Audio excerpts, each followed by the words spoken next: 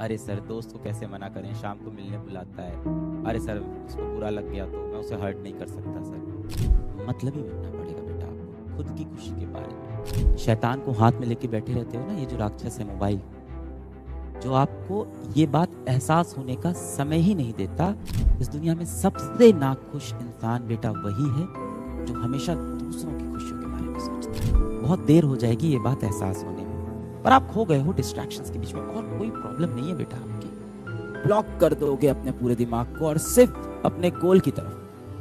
भाई, किसी को मछली दिखती है, किसी को मछली की आंख दिखती है। आपने सोचा था सिर्फ मछली की आंख देखूंगा, धीमे धीमे आपको मछली दिखने लगी, धीमे धीमे आपको घड़ियाल दिखने लगे, फिर आपको समुद्र दिखने लगा। मैं ऐसा इसलिए बोल रहा हूँ बेटा कि शुरुआत में तो आपने सोचा था कि दिल में सिर्फ मेरे एक ही चीज होगी, वो होंगे कौन? मेरे मम्मी, मेरे पापा और नीट का एग्जामिनेशन। इसके सिवा कुछ नहीं सोचूंगा। और आज देखो बेटा आपके दिल में क्या क्या है। इस दिल में आज कहीं पे फ्रेंडशिप बैठी हुई है, कहीं पे आपके रील्स के डिस्ट्रैक्शन बैठे हैं, सोशल मीडिया की चीज़ें बैठी हुई है, यहाँ पे स्कूल की फ्रेंडशिप बैठी हुई है, किसी का गर्लफ्रेंड बॉयफ्रेंड बन गया है। और इसमें बेटा जगह नीट के लिए अब यहाँ पे बची है, छोटी सी जगह।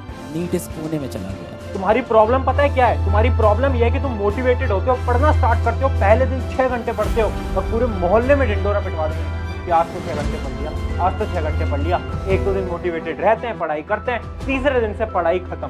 फिर 1 महीने बाद होश आता है कि पूरा 1 महीना खराब कर दिया, फिर मोटिवेटेड होते हैं और ये साइकिल चलती रहती है। अगर अपने गोल को अचीव करना है, अगर अपने सिलेक्शन को अचीव करना है, अगर अपने मार्क्स को अचीव करना है ना, तो इस साइकिल को तोड़ना पड़ेगा, इस साइकिल से बाहर निकलना पड़ेगा।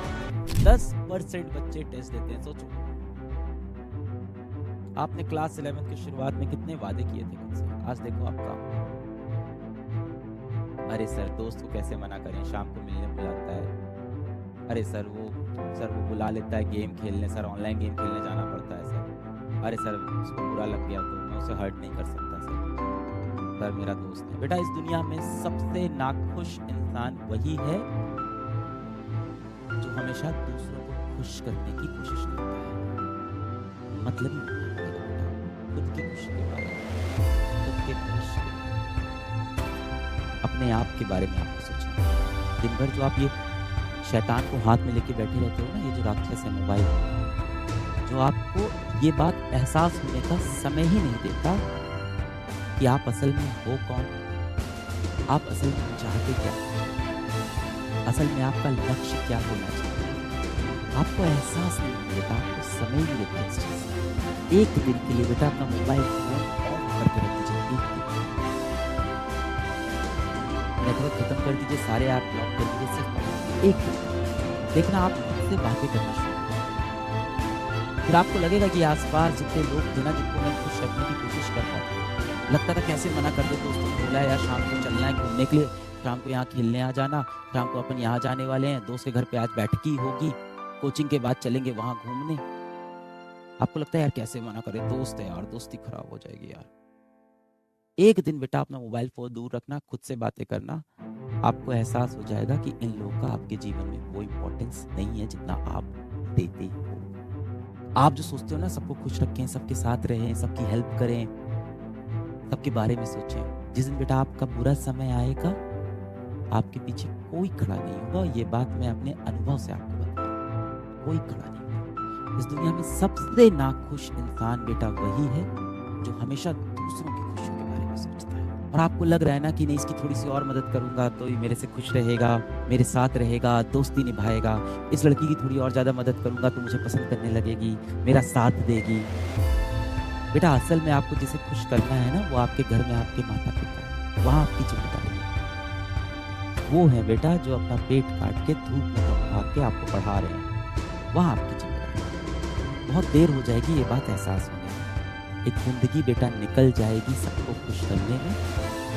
जो खुश हो भी जाएंगे वो कभी आपके अपने नहीं होंगे, और जो आपके अपने हैं वो आपसे कभी खुश नहीं होंगे। बेटा आपको लगता है ना कि मैं सबके लिए अच्छा रहूं, सबके लिए गुड गुड करूं, सबके साथ एंजॉय करूं, किसी को बुरा ना पहुंचाऊं।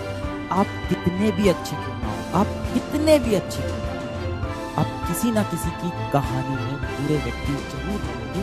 क्योंकि बेटा लोग ना अपने मतलब के हिसाब से आपको इवैल्यूएट करते हैं। थोड़ा अकेले रहना सीखिए बेटा। जिन डिस्ट्रैक्शन में आप फंस गए, ये जो टेस्ट की अटेंडेंस है 10%, मैं आप पे प्रेशर नहीं डाल रहा हूँ नीट निकालने का, मैं सिर्फ आपको एक गुरु हूँ, आपको बताने आया हूँ कि आपने कुछ सोचा था और आपका दिल आज भी साफ है, आप चाहते हो वो चीज अचीव करना, पर आप खो गए हो डिस्ट्रैक्शंस के बीच में। और कोई प्रॉब्लम नहीं है बेटा आपकी। आप कहोगे कि नहीं सर मेरे को कुछ समझ में नहीं आया था, मेरा ये कंप्लीट नहीं हुआ था। टेस्ट ना देने की क्या वजह हो सकती है?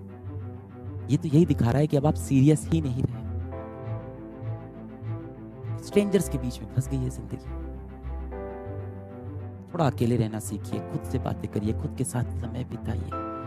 ट्राई टू रियलाइज कि यहाँ जो आसपास आपको लोग दिख रहे हैं, कोई लड़की आपको अच्छी लग गई, कोई लड़का आपको अच्छा लग गया, कोई आपके नए दोस्त बन गए, बड़ा बड़ा ग्रुप बन गया क्लास 11th में, बेटा ट्राई टू रियलाइज कि यहाँ कोई अपना नहीं है, कोई अपना नहीं है, सब मतलब के साथ है। बेटा जब तक आपके पास या तो योग्यता है, या हो सकता हो आपके पास रूप है, या हो सकता हो आपके पास पैसा है, जब तक ये तीन चीजें ना, लोग आपके आगे पीछे घूमते रहे और ये तीन चीज चली गई ना, कोई पूछेगा नहीं बेटा कि हो कौन, तो किसी को फर्क नहीं पड़ेगा। आप सबको पता है कि एक दिन आपको जीवन में अपने पैरों पे खड़े होना है, पैसे कमाने हैं। ये अच्छा व्यवहार, दोस्ती यारी, प्यार मोहब्बत चाहिए जिंदगी में, ये नहीं कहता नहीं चाहिए। ये समाज ना आदमी की नहीं बेटा, आमदनी की इज्जत करता है। आपका विचार कैसा है, आपका व्यवहार कैसा है, लोग आपके विचार व्यवहार इसको देख के रिश्ते आपसे नहीं बनाते। समाज इन सबकी इज्जत नहीं करता। अब आप कहोगे किसको चाहिए समाज की इज्जत? अरे भाड़ में जाए समाज। और आपको अपने माँ बाप के लिए तो पैसे कमाने हैं ना। अपनी माँ को तो एक नई साड़ी दिलानी है, पिताजी को अपनी खरीदी हुई गाड़ी में घुमाना है, अपना घर अच्छे से बनवाना है, एक इन्वर्टर लगवाना है, घर पे एसी लगवाना है, ये सब तो सोचा होगा। उन सपनों को पूरा करना है किसी भी दिशा में, किसी भी दिशा में, चाहे वो नीट की तैयारी, किसी भी दिशा में बेटा आपको सीरियस। एग्जाम्स पास आ गए ना और डर लग रहा है, क्योंकि हर एक स्टूडेंट को एग्जाम के टाइम पे बहुत सारी प्रॉब्लम्स को फेस करना पड़ता है। सबसे बड़ी प्रॉब्लम है कि पढ़ने का मन ही नहीं कर रहा है। अच्छा लग रहा है कि अभी नहीं पढ़ते, 10 मिनट बाद पढ़ते हैं, 20 मिनट बाद पढ़ते हैं। चलो एक स्टूडेंट अगर पढ़ने का मन बना भी लेता है तो उसके बाद अगली प्रॉब्लम स्टार्ट होती है, जो कि है द प्रॉब्लम ऑफ डिस्ट्रैक्शन। यानी जैसे ही वो पढ़ने बैठेगा उसका मन करेगा कि यार थोड़ी देर बाद करा, या फिर फोन चला लेता हूँ, ये कर लेता हूँ, वो कर लेता हूँ। उसके बहुत सारे दिमाग के अंदर डिस्ट्रैक्शंस आने लगेंगे। चलो उस डिस्ट्रैक्शन को भी वो खत्म कर लेगा, उसके बाद अगली प्रॉब्लम स्टार्ट होगी कि आखिर पढ़ना कैसे है। इतना सारा सिलेबस है, इतना कम टाइम है, इतनी सारी चीजें पढ़नी है, आखिर इतनी सारी चीजें इतने कम टाइम में पॉसिबल कैसे है। चलो अगर वो अपने टाइम को भी मैनेज कर लेता है, अपने सिलेबस को भी मैनेज कर लेता है, उसके बाद एक्चुअल प्रॉब्लम स्टार्ट होती है, जो कि है प्रॉब्लम ऑफ ओवरथिंकिंग। पढ़ते समय कितनी बार होता है कि हम ये सोचते हैं कि एग्जाम में मार्क्स अच्छे आएंगे या नहीं आएंगे, हमारे पेरेंट्स क्या सोचेंगे, हमारे टीचर्स क्या सोचेंगे। ये सारी प्रॉब्लम्स जो है ना, एक स्टूडेंट को एग्जाम के अंदर अच्छे मार्क्स लाने से बहुत रोकती है। और इन्हीं सारी प्रॉब्लम्स के आज 7 सिंपल स्टेप्स के अंदर तुम्हें सोल्यूशन बताने वाला हूं।